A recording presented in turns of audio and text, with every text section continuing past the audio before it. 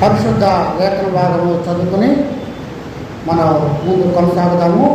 ఈ దినక ఏర్పాటు చేయబడిన పరిశుద్ధ లేఖన భాగం సామెతల గ్రంథము 31వ అధ్యాయము 1-2 వచనములు చదువుగా వెళ్దాము. రాజైన లెమూయేలు మాటలు అతని తల్లి అతనికి ఉపదేశించిన దైవోక్తి, నా కుమారుడా నేనేమందును, నేను కన్న కుమారుడా నేనేమందును, నా మొక్కుబళ్ళు మొక్కి కనిన కుమారుడా నేనేమందును. ప్రార్థించడము. అందరూ తల వంచి కళ్ళు మూసుకున్నట్లయితే ప్రార్థన. మహాగణుడును మహోన్నతుడును సర్వశక్తి మిక్కిలి కనికరం కలిగిన ప్రభువా, ఈ పునరుద్ధానపు ఆదివారమున నీ సన్నిధిలో మేమందరము చేరి ఆరాధనలోను, సాక్ష్యాల్లోనూ, ప్రార్థనలోను, ఆరాధన అంతట్లో నీ కృప చేత నడిపించిన విధానానికి స్తోత్రాలు ప్రభువా.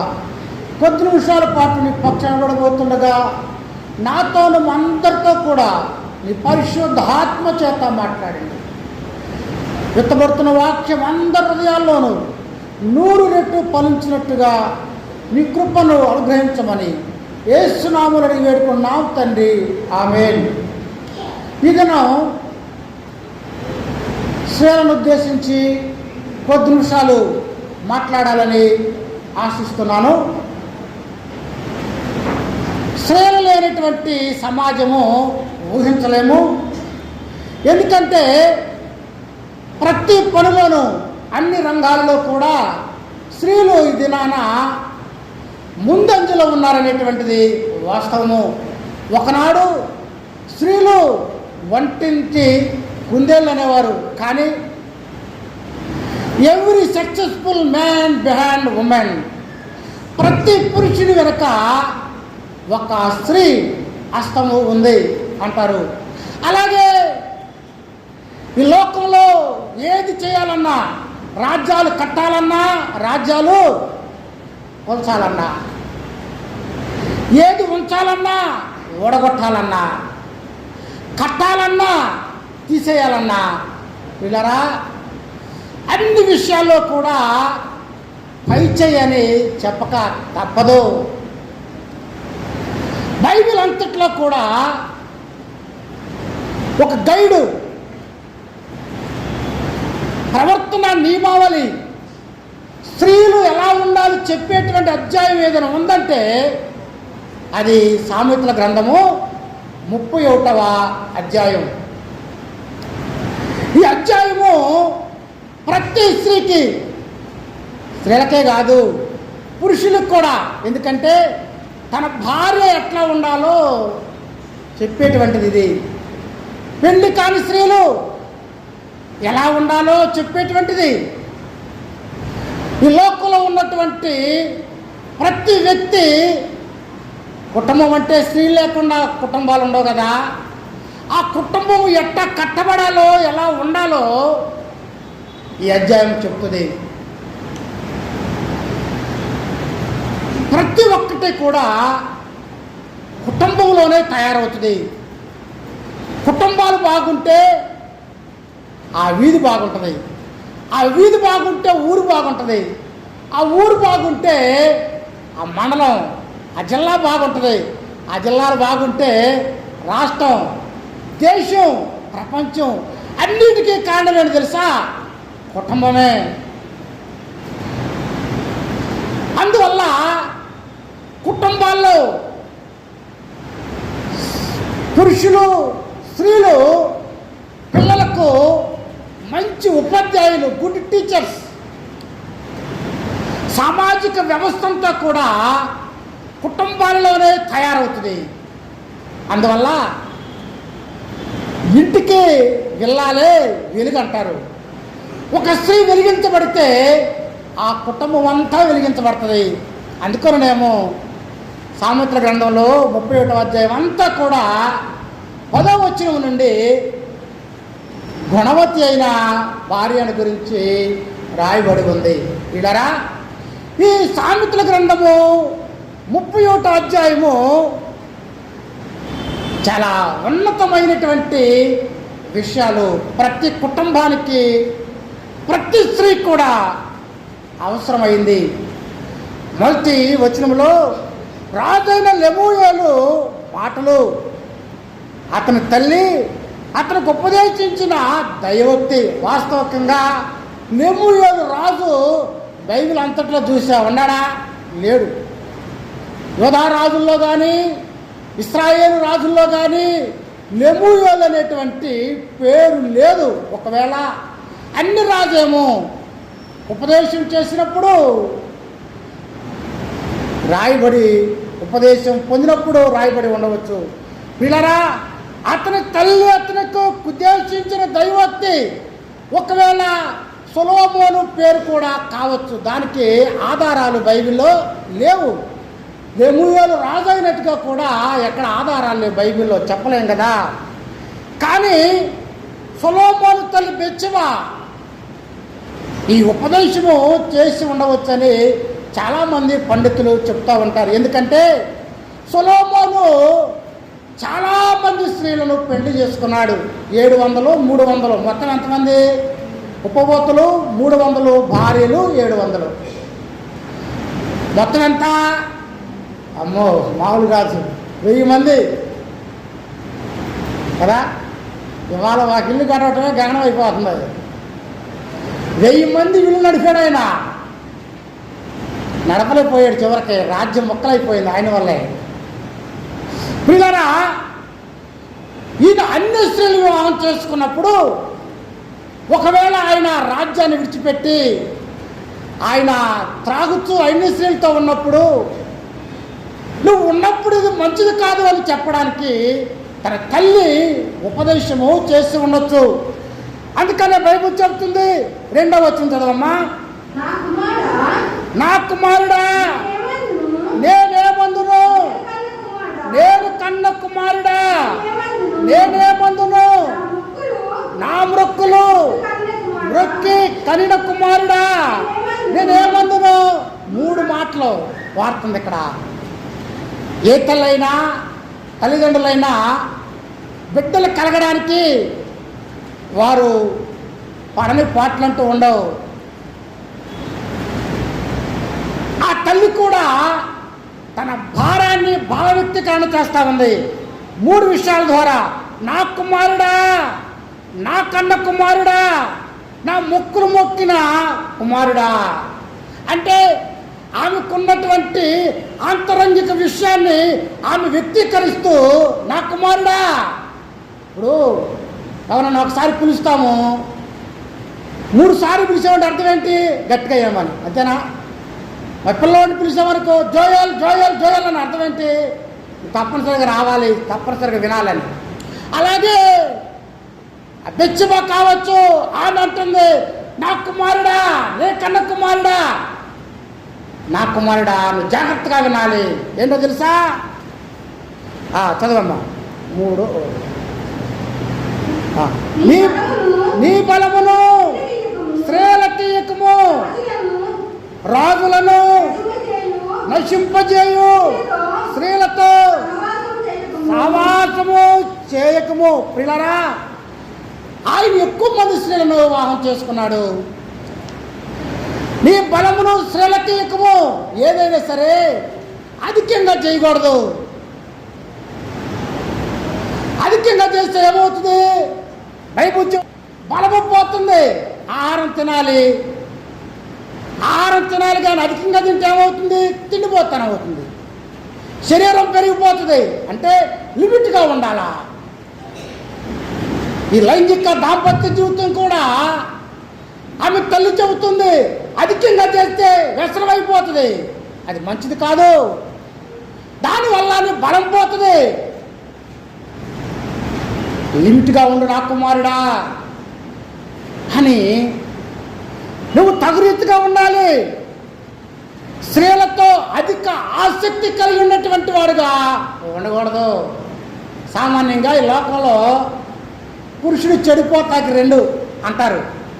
ఒకటి విమను, 2 మనీ. ఆ వ్యసనము ఈ వ్యసనం ఉందంటే లోకంలో ఒక సామెత ఉంటుంది, ఎంతటి వారైనా స్త్రీ కాంతల్ దాసులు అంటారు. కాంతలంటే స్త్రీకి దాసులు వ్యామోహం కాకూడదు, దాసులు కాకూడదు. అది తన తల్లి ఉపదేశం చేస్తుంది. అధిక వ్యామోహం కాకూడదు. లైంగిక దాంపత్య జీవితం అనేటువంటిది శరీరానికి ఆకలి ఎలాంటిదో అది కూడా ఒక అవసరత. కానీ అధికంగా చేయొద్దు నా కుమారుడా, జాగ్రత్తగా ఉండు, తగు మాత్రంగా ఉండు. ఏదైనా సరే పిల్లరా, ఎవరి లిమిట్లో స్థితిలో వాళ్ళు ఉండాలని వాక్యం మాట్లాడుతుంది. స్త్రీ అయినా పురుషుడైనా కామోద్రేకులు కాకూడదని, అధికంగా ఉండకూడదని చెప్తా ఉంది. తర్వాత వచ్చిన చదవమ్మ. 4వది, ద్రాక్షారసము త్రాగుట రాజులకు తగదు. లెమ్యూయేలు రాజులకు తగదు. మద్యపానాసక్తి అధికారులకు తగదు. రాల్పిడారా, బైబుల్ చెబుతుంది నువ్వు మద్యపానాసక్తుడు కాకూడదు. ద్రాక్షారసము త్రాగుట రాజులకు తగదు. ప్రియులారా, బైబిల్లోనే మనం చూస్తాము ద్రాక్షారసం అనేది ఆశీర్వాదం అని బైబిల్ చెబుతుంది. 104వ సంకీర్తన 15వ వచనం చదవమ్మా. 104 104వ కీర్తన 15వ వచనంలో పరిశుద్ధ లేఖనం ఇలాగా సెలవిస్తూ ఉంది. చదువుతున్నాను. అందుమూలమున భూమిలో నుండి ఆహారమును నరుల హృదయమును సంతోషపెట్టు ద్రాక్షారసమును వారి ముఖములకు మెరుగునొచ్చు తైలమును నరుల హృదయమును బలపరుచు ఆహారమును ఆయన పుట్టించుచున్నాడు. చాలు పిల్లరా, బైబిల్ చెబుతుంది నరుల హృదయమును సంతోషపెట్టు ద్రాక్షారసమును. చూసారా, ద్రాక్షారసము నరుల హృదయాన్ని సంతోషపరుస్తుంది. అంటే ఆశీర్వాదం. పౌలు కూడా తిమోతితో అంటాడు కదా, కడుపులో నొప్పి నిమిత్తము కొంచెము ద్రాక్షారసము కూడా ఉంచుకోమని తిమోతితో చెప్తాడు. పిల్లరా, ఇవాళ కొంత భారతదేశంలో కొన్ని ప్రాంతాలకు వెళ్తే త్రాగటానికి నీళ్ళు దొరకదు, కానీ ఇది మాత్రం ఫుల్. ఏది? సారా. బైబిల్ చెబుతుంది ఇది రాజులకు త్రాగుట తగదు. ఎందుకు? వ్యసనం కాకూడదు. ఇవాళ తాగమని ముందం మీద వాళ్ళే, అర్థమైందా? దాన్ని ట్యాక్స్ వేసేది వాళ్ళే, తాగితే ఊదమనేది వాళ్ళే, ఊస్తే జైల్లో పెట్టేది వాళ్ళే. అంతేనా? ఈ లోకం అలాగా చేస్తుంది. కానీ వాక్యం చెబుతుంది లిమిట్గా ఉండాలి, వ్యసనం కాకూడదు. పిల్లరా, ఇవాళ త్రాగుడు వల్ల అనేక కుటుంబాలు బజార్ని పడుతున్నాయి. ప్రతిరోజు ప్రార్థన చేయాలా? నేను కూడా చేస్తూ ఉంటా. భారతదేశంలో మద్యపానం నిషేధం జరగాలని. భార్యకు తినడానికి ఆహారం ఉండదు, కానీ కష్టపడతాడు, సారా కొట్టుకెళ్ళిపోద్ది మొత్తం. పిల్లరా, ప్రతిరోజు 10 గంటలకు తాళం వేస్తా గేటుకి. నేను హ్యాండ్సమ్ పర్సన్స్ వస్తారు, అందగాళ్ళు, మోటార్ బైక్లు తక్కువ తిక్కేసుకుని రోజు మన చర్చి ముందే బండి ఆపుతారు. దేనికి? ప్రతిరోజు అంటే వాళ్ళ సంపాదన, రెక్కల కష్టం అంతా ఎక్కడికి వెళ్ళిపోతుంది? సారా కొట్టుకెళ్ళిపోతుంది. వీళ్ళరా, ఇలా దేశం పేదరికంలో ఉండడానికి కూడా కారణం ఏంటంటే ఇదొకటి. మనమందరం ప్రార్థన చేయాలా? అనేక కుటుంబాలు బజారు పడుతున్నాయి, ఆరోగ్యాలు చంద్రబంధం అయిపోతున్నాయి. అందువల్ల పిల్లరా, వాక్యం మాట్లాడుతుంది రాజులకి ఇది తగదు. దేవుని సన్నిధిలో రక్షణ పొంది బాప్తిస్మం పొందిన ప్రతి ఒక్కరు కూడా ఇలాంటి వ్యసనాకాంతులు కాకూడదు. పిల్లరా, దీనివల్ల నీ ఆరోగ్యం చెడితే కుటుంబం అంతా బజారు పడిపోతుంది. అందువల్ల రాజులకు తగదు. ఇప్పుడు కూడా కొన్ని వర్షాలంటి దేశాల్లో రాజులు, అధికారులు త్రాగడానికి అనుమతి లేదు. సంవత్సరానికి ఒకసారి మాత్రమే త్రాగాలని వాళ్ళ రాజ్యాంగాలు చెప్తున్నాయి. కానీ మన దేశంలో మాత్రం గుజరాత్ ఉంది, అక్కడ నిషేధం ఆగుతుందా? అన్ని చోట్ల దొరుకుతుంది. ఇప్పుడు ఇక్కడ ఎందుకు చెప్తానంటే వాక్యం చెబుతుంది తగు మాత్రంగా ఉండాలని. క్రీస్తునందు ప్రియులారా 5వ వచనంలో త్రాగునీయుల వారు కట్టలను మరుతురు, దీనులకు అన్యాయం చేస్తారు, ప్రాణం పోల్చిన వారికి మద్యమునీయుడి, మనోవ్యాఖ్యలము గలవారికి ద్రాక్షారసముయుడి, వారు త్రాగి పేదరికమును మరుతురు. క్రీస్తునందు ప్రియ దేవులారా మనోవ్యాఖ్యలం గలవారికి అంటే ఆపరేషన్ చేస్తారు. ఆపరేషన్ శరీరానికి కొయ్యాలంటే వారికి ఎనప్తిష్య మొత్తం మంది వాళ్ళ అది లేకుండా చేయరు. కానీ అది తాగడాన్ని బట్టి ఆపరేషన్ చేయడానికి నొప్పి లేకుండా ఉంటుంది.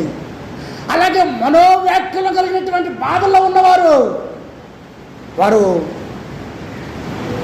ద్రాక్షారసం ఇవని బైబిల్లో మాట్లాడుతుంది. ఏది ఏమన్నా పిల్లరా, అది త్రాగడాన్ని బట్టి జీవితం పాడవకూడదని పరిశుద్ధ లేఖనము సెలవిస్తూ ఉంది. 7వ వచనం చదువుదాము. వారు త్రాగి పేదరికమును మరుతురు, తమ శ్రమనిక తలంచకుందరు, మూగవారికి దిక్కులేని వారి అందరికీ న్యాయం జరిగినట్లు నీ నోరు తెరవము, నీ నోరు తెరచి న్యాయముగా తీర్పు తీర్చుము, దీనులకును శ్రమపడు వారికి దరిద్రులకును న్యాయము జరిగించము. పిల్లరా, తన తల్లి ఉపదేశము చేస్తూ ఉంది. నువ్వు జాగ్రత్త, ఆదర్శప్రాయమైనటువంటి న్యాయము నువ్వు చేయాలా. ఎవరికి న్యాయం చేయాలి? మూగవారికి, దిక్కులేని వారికి న్యాయం జరగడానికి నోరు తెరవాలి. ఒకవేళ నువ్వు ఉమ్మనిష్టమైపోయి స్త్రీలోడు అయిపోతావేమో, ద్రాక్షారసం త్రాగి నీ పనులు మర్చిపోతావేమో. కానీ వికలాంగులైనటువంటి వారికి, అలాగే దిక్కులేనిటువంటి అనాథులకు న్యాయం చేయాలా. ఎందుకో తెలుసా? వారి లోపల మరుగుపడతారు, కానీ తన తల్లి జ్ఞాపకం చేస్తుంది, నువ్వు ఎలా ఉండాలి నా కుమారుడా, సొలొమోను, లెమూయేలు, నువ్వు జాగ్రత్త అని తన కుమారుడికి ఆమె ఉపదేశం చేస్తూ ఉంది. క్రీస్తునందు ప్రియులారా, ఈ 31వ అధ్యాయము 2 భాగాలు. మొదటిదేమో సొలొమోను ఎలా ఉండాలో చెప్తుంది వెచ్చబా. 2వ అధ్యాయంలో స్త్రీలను ఉద్దేశించి ఆమె మాట్లాడుతూ ఉంది. 10వ వచనం చదవమ్మా. గుణవతి అయిన భార్య దొరుకుటరుదు, అట్టిది ముత్యము కంటే అమూల్యమైనది. చాలు పిల్లరా, గుణవతి అయిన భార్య దొరుకుట అరుదు. చూసారా, ఇది ప్రతి స్త్రీ కూడా ఒక ఆదర్శప్రాయంగా తీసుకోవాలి. అధ్యాయాన్ని ఎలా నడుచుకోవాలంటే ఇందులో ఉన్న విధాలుగా బైబిల్ చెబుతుంది. గుణవతి అయిన భార్య దొరుకుట అరుదు, గుణవతి అయిని రాయబడింది. అయితే ఇంగ్లీష్లో అయితే ఏముంటుందంటే యోధురాలని ఉంది. యోధురాలంటే యుద్ధం, సైనిక స్త్రీ. అంతేకాకుండా మరొక బైబిల్లో నోబుల్ ఉమెన్ అని ఉంది. నోబుల్ అంటే ఉన్నతమైన. గుణవతి అయిన భార్య దొరుకుట అరుదు. క్రీస్తునందు ప్రియ దేవులారా, అట్టిది ముత్యము కంటే అమూల్యమైనది. ముత్యాలు, ముత్యం అంటే ఏమిటంటే విలువైనది. కొన్ని ముత్యాలు ఎట్లా ఉంటాయి? ముత్యాలు తెల్లగా ఉంటాయా, నల్లగా ఉంటాయా? తెల్లగా ఉంటాయా? తెల్లగా ఉంటాయి, నల్లగా ఉంటాయి, రకరకాలుగా ఉంటాయి. విలువైన ముత్యాలు ఎక్కడ ఉంటాయి అంటే లోతైనటువంటి సముద్రంలో, అనగా పసిఫిక్ మహాసముద్రంలో విలువైనవి ఉంటేవి. వాటి ఖరీదు కోట్ల రూపాయలు చేస్తూ ఉంటాయి. అందువల్ల దేవుడు అంటున్నాడు, గుణవతి అయిన భార్య దొరుకుట అరుదు. ఎక్కడో మరి అన్ని కుటుంబాలు ఎట్లా ఉంటాయి? అన్ని కుటుంబాల అర్థం ఏంటంటే సరిగా ఉండవు. ఎక్కడైతే గుణవతురాలై ఉంటుందో అందుకనే బైబిల్ చెబుతుంది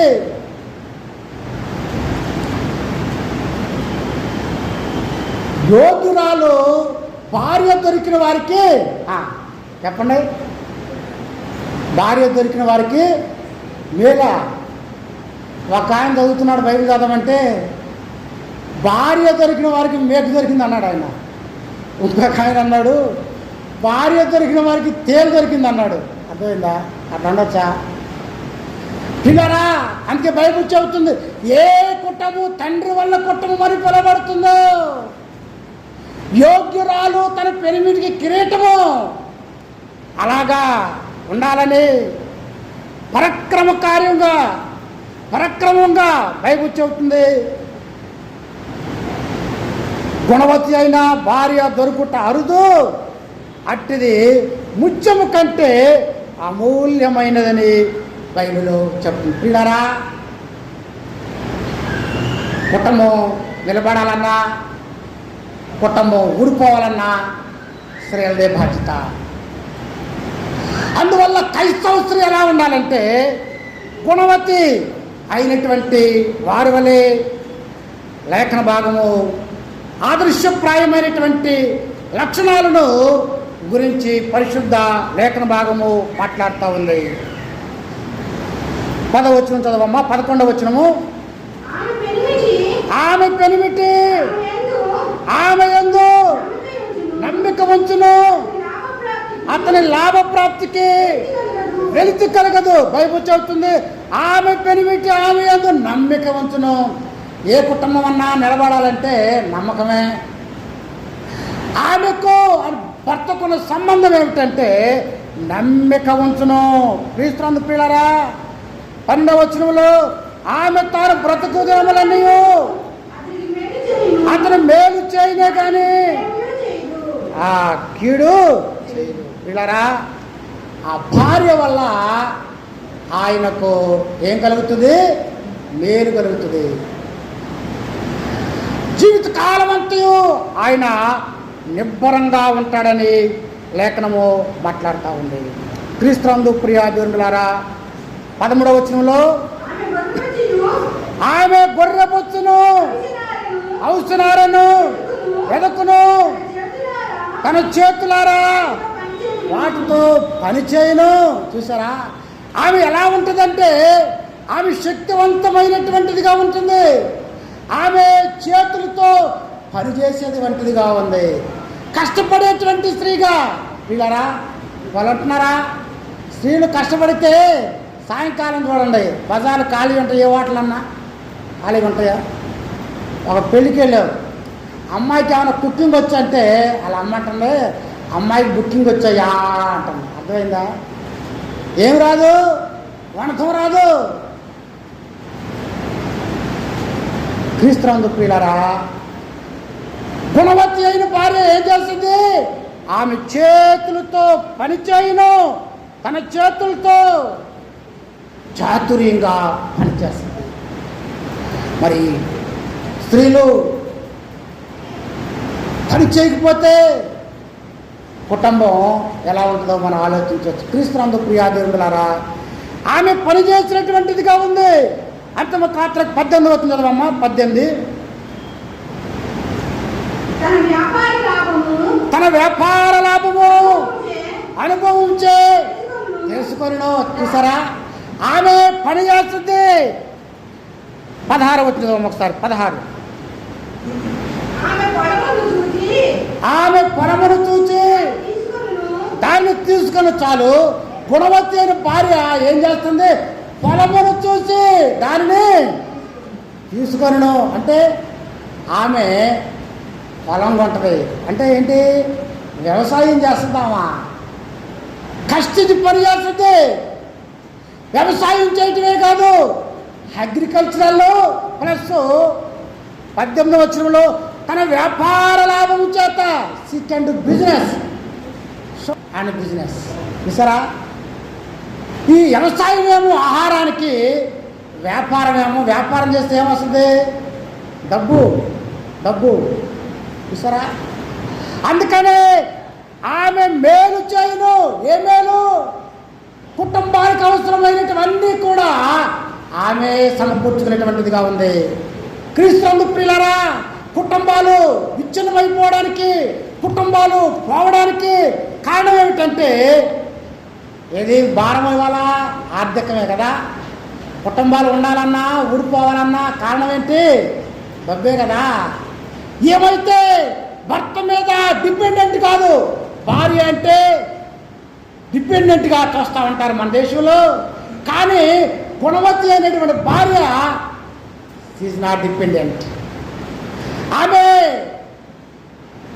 పొలాన్ని తీసుకుంటుంది, ఆమె వ్యవసాయం చేస్తుంది, అలాగే ఆమె వ్యాపారాన్ని చేసేటువంటిదిగా ఉంది. అనగా ఆమె సమర్థవంతురాలుగా కుటుంబానికి అవసరమైనటువంటి ఆర్థిక వనరులు సమకూర్చేటువంటిదిగా ఉంది. వీళ్ళరా, ఒక ఆయన నాతో మాట్లాడతాకి ఇంట్లోకి వెళ్ళలేకపోతున్నానయ్యా. ఏంటంటే మా భార్య అన్ని బుకింగ్లు ఆన్లైన్లు, పద్దాక ఇవ్వు ఇదే భజన, వచ్చే జీవితాలు సాగతలేదు అంటున్నాడు. వీళ్ళరా, ఎన్ని కుటుంబాలు డిపెండెంట్గా భర్తను అడగొద్దని అంటలా, కానీ శక్తికి మించి బైబిల్ చెప్తుంది ఈమె భర్త మీద ఆధారపడేది కాదు.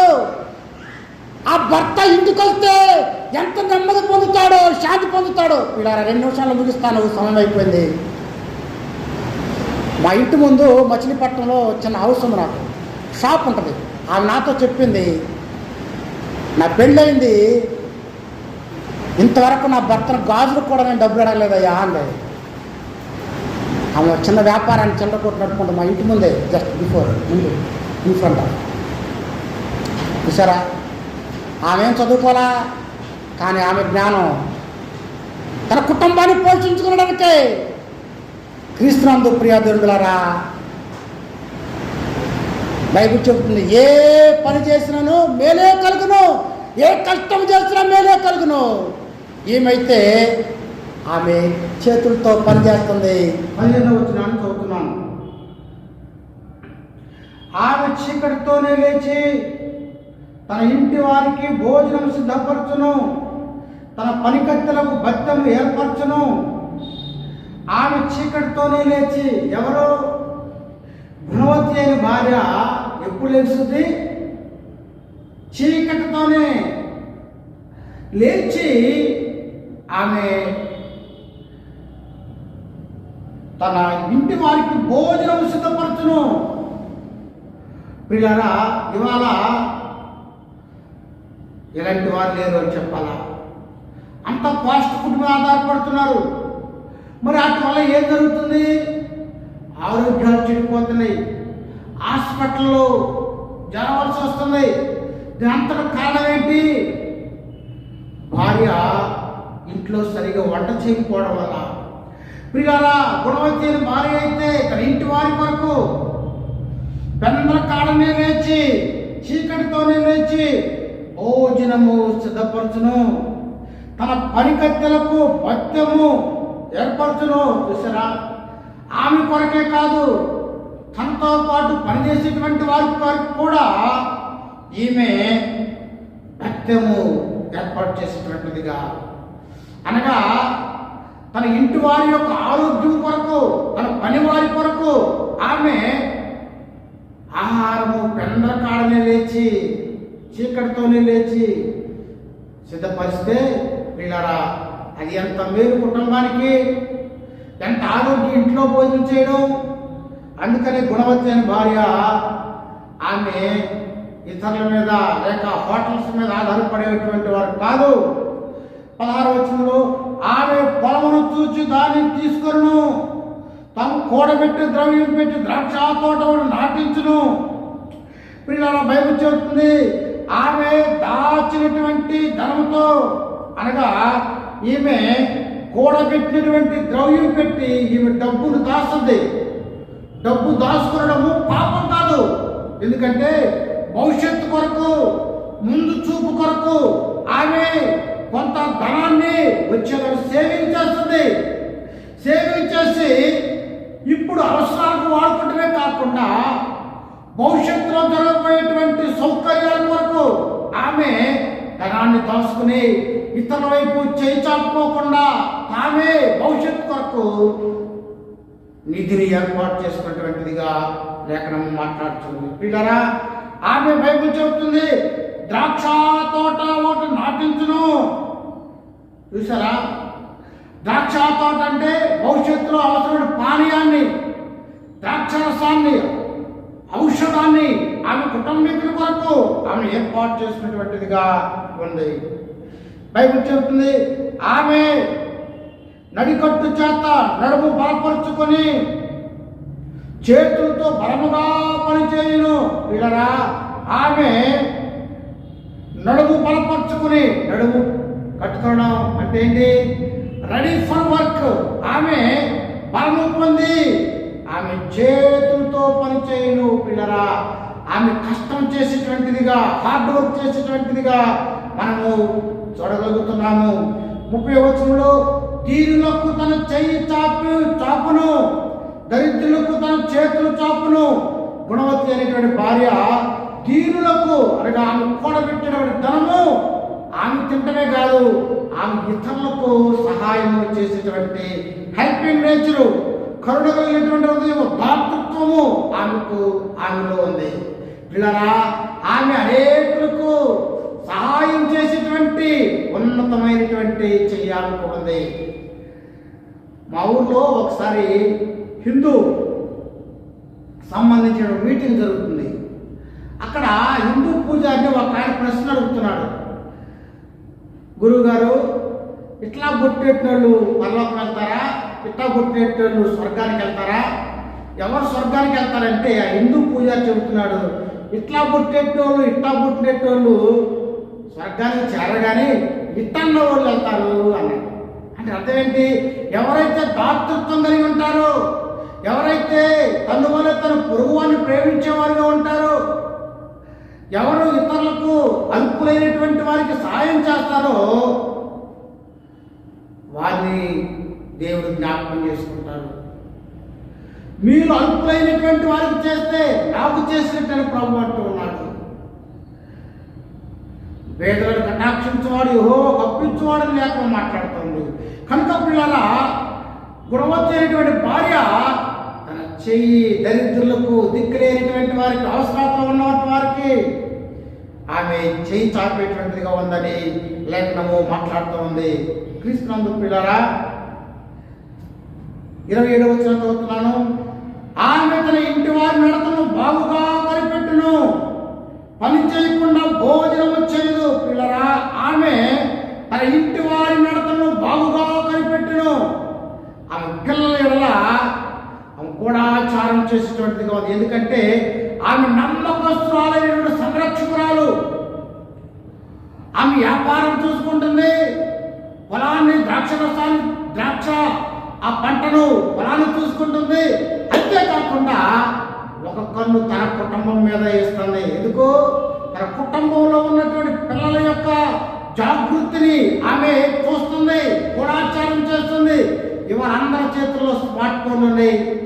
యువత చెడిపోతానికి చాలా ఆస్కారం ఉంది. కానీ జ్ఞానవంతులైన తల్లిదండ్రులు ఏం చేయాలి తెలుసా? ఆ పిల్లలు ఏం చూస్తున్నారో, ఏం పరిశీలన చేస్తున్నారో, ఎలా బ్రతుకుతున్నారో అంతకు నడతను కనిపెట్టాలి. పిల్లరా, చేయి జారిపోయిన తర్వాత మనం ఏమి చేయలేము. జ్ఞానవంతురాలైతే తన ఇంటి వారి యొక్క నడతలన్నీ కూడా, వారి ప్రవర్తన, వారి జీవితము, వాళ్ళు ఏం చేస్తున్నారు, వారు ఎలాగ వారి ఫోన్లో ఏముంటున్నారో అన్నీ కూడా గుణవంతురాలైన భార్య చెక్ చేసేటువంటిదిగా ఉందని లేఖనము మాట్లాడుతుంది. 30వ వచనం చదువుతున్నాను. అందము మోసకరము, సౌందర్య వ్యర్థము, యెహోవా యందు భయభక్తులను శ్రీ కొనియాడబడును. పిల్లరా, అందము కింద భయభక్తులు ఇవి రెండు సెట్ అట్లా. కానీ అందము మోసకరము, సౌందర్య వ్యర్థము. ఇవాళ స్త్రీలు అద్దం ముందుకు వెళ్తే ఎన్ని గంటలు పట్టుతో మేకప్. కానీ ఎంత అందంగా ఉన్నా, ఎంత మేకప్ వేసుకున్నా, మంచి వస్త్రాలు ధరించినా ముఖం 2 రోజులు జ్వరం వచ్చిందనుక ఏమైపోతుంది?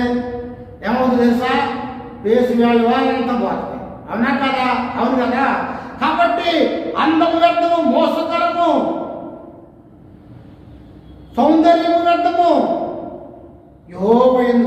కలిసి కొనియాడబడదు. పిల్లరా, మన బాహ్య సౌందర్యం కాక అంతరంగ సౌందర్యం కలిగినటువంటి వారిగా ఉండాలి.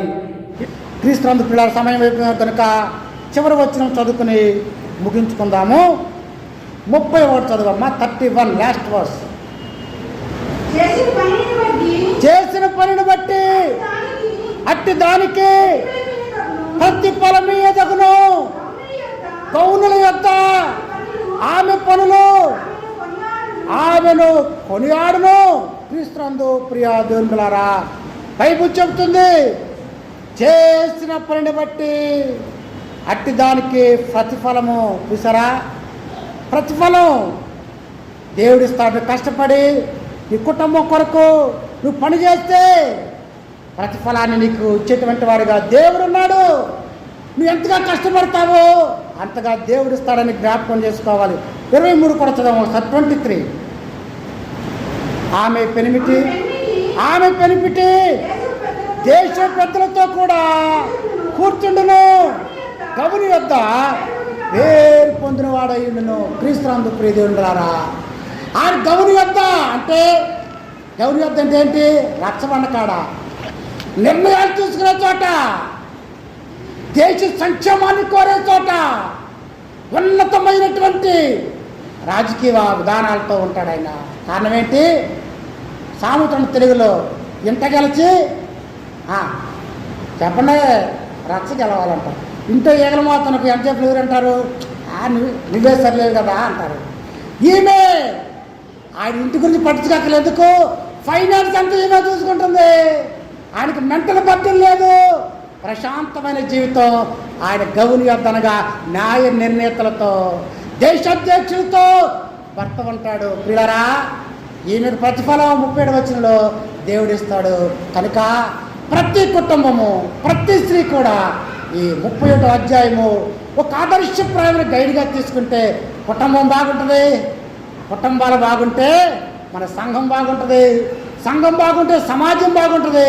అది ఎంతో సంక్షేమని, అందువల్ల ఆదర్శప్రాయమైన జీవితాన్ని కలిగి క్రీస్తు కృపలో ముందుకు కొనసాగాలని కోరుకుంటూ ఈ నా మాటలో ముగిస్తున్నాను.